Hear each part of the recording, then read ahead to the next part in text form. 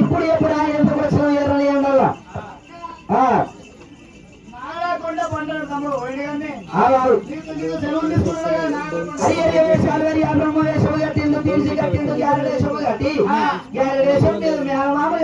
ఓడించి కాయకదంతల్లా కామరాజ్యం చేస్తారని బంగారు యొక్క సముద్రుడు తీసుకొని పట్టణం తమ్ముడు పోయిండు కాయకదంతల కామరాజ్యం తీసుకొని వస్తున్నాగా కులాల కుర్మోళ్ళట అయితే వివరం గుండెలు గట్ట ఎండి ఏడుగుళ్ళు పచ్చలు గట్ట బంగారు గుళ్ళు అయితే కులగాడికి తమ్ముడు దొరకపోయారు